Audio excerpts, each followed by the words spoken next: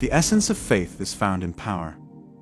And if you can reach the force that is beyond all phenomena, if you can access the source of life, then that means you have faith, because it is the only way faith can be demonstrated. A sense of faith occurs when one perceives within themselves the power of life itself, which is greater than and independent of the individual. The very potency of one's own consciousness, recognizing something in yourself, and then, when you've connected with it, coming to the realization that it's not so much that you connect with it, as it is that it's the core of who you are.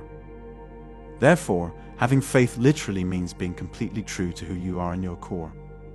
The underlying theme of all the resources we offer is to enter the world of living stillness, which lies beyond the chattering mind and all else the mind creates.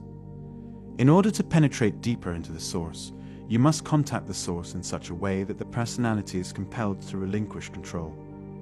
Unless this is remedied, the personality, which is comprised of the thinking mind, or is predominantly the thinking mind, will serve as the locked door. You are unable to delve any more if you have a heady personality. There is a barrier that prevents access to the personality.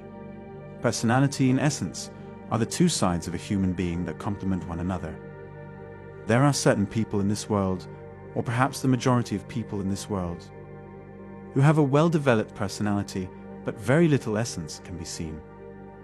Therefore, essence refers to who you are apart from your personality. There is an incredible quantity of essence in human beings, but only a very small amount of individuality. Because of this, the majority of people you will encounter in this world have personalities that are very well formed, and some of them have very large personalities. However, if the personality weakens, as it is doing to us now, something more vital and more necessary can come into focus, and that something is essence. And if that is the case, the kingdom of heaven should be our ultimate goal. That expression was used by somebody. Kingdom is dimension, the heavens and the sky are vast. So, in order to help his listeners grasp what he meant by the kingdom of heaven, Jesus made references to things in the world as we know it. Therefore, he decided on the sky, also known as heaven, because it is the place with the most room. And because there is no such thing as a sky, the sky is the sole thing in this dimension of sensory experience that you may perceive that is not a thing. This is because the sky does not exist in its traditional form. There is no such thing as sky. Rather, it is only one of the ways in which we experience the sensation of being outdoors. Therefore, he utilized that illustration in order to draw your attention to something within you, namely the quality of spaciousness. The kingdom of heaven, the expansiveness that is consciousness, and is already present inside you. That is the one and only thing, the most crucial thing that he mentioned, and the one that you should be most concerned about. Once you discover what lies deep within you, everything else will start to make sense. Simply put, as a human being, your most important job here is to locate the aspect of consciousness that resides within you. If this is the case, you will have accomplished your goal as a human being. Not that this would necessarily spell the end of your existence, but rather that you would be able to serve the world far more effectively through the expression of something other than your own ego. The identity of the limited ego, which can talk, act, and do, or simply emanate through you onto the world. You will eventually develop into an expression of the transcendental realm.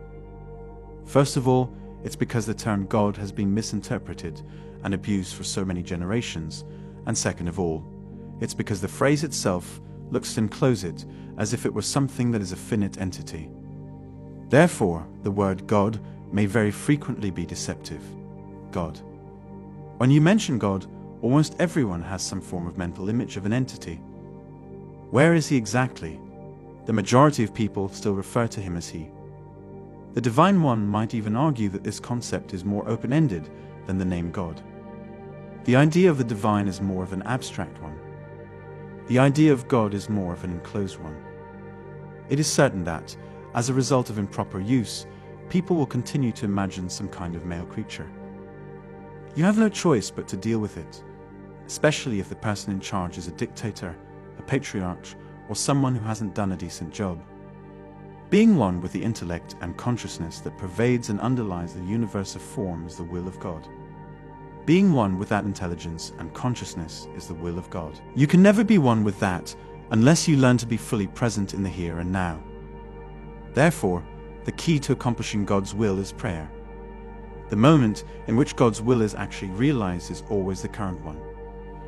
Your inner alignment with the here and now, and there it is for you. Then you become conscious of yourself as the one who is seeing, but not as the person who existed in the past. Because if you were to perceive the world through the eyes of the historical figure, you would be mentally classifying the events. I'm conscious of oneself as the fundamental consciousness, which is the context in which perception takes place, the aspect of conscious awareness in which perceptual activity takes place. Thus, you're familiar with the concept of two dimensions. Both the dimension of form and the dimension of formless consciousness are aspects of reality, the spaciousness of the kingdom of heaven as a metaphor for the kingdom itself. The void, the expansiveness, the very core of every living thing. It is not yours, nor is it anyone else's. Rather, it is the one. God is the source of all life, the transcendent source of all life. Nonetheless, God does not have a physical presence in space or time. It does not exist since in order for something to exist, it must first be made evident. God is the origin of each and every living thing. That we perhaps can say now, that because we live in this sense-perceived universe in our dimension, we could compare God to the life-giving force that we all share, which is the sun. This is a comparison that we could make because God created this universe and we live in it. It is not an accident that the sun was worshipped by a great number of ancient nations. Without the sun, life as we know it would cease to exist almost instantly. Because the calories in the sun are ultimately the source of the heat that your body produces, the sun will never stop emitting heat. One might almost claim that it is forever, despite the fact that it does have a lifespan when compared to ours. The sun is a good example of this because it constantly emits radiation, and the radiation that it emits is what makes life possible.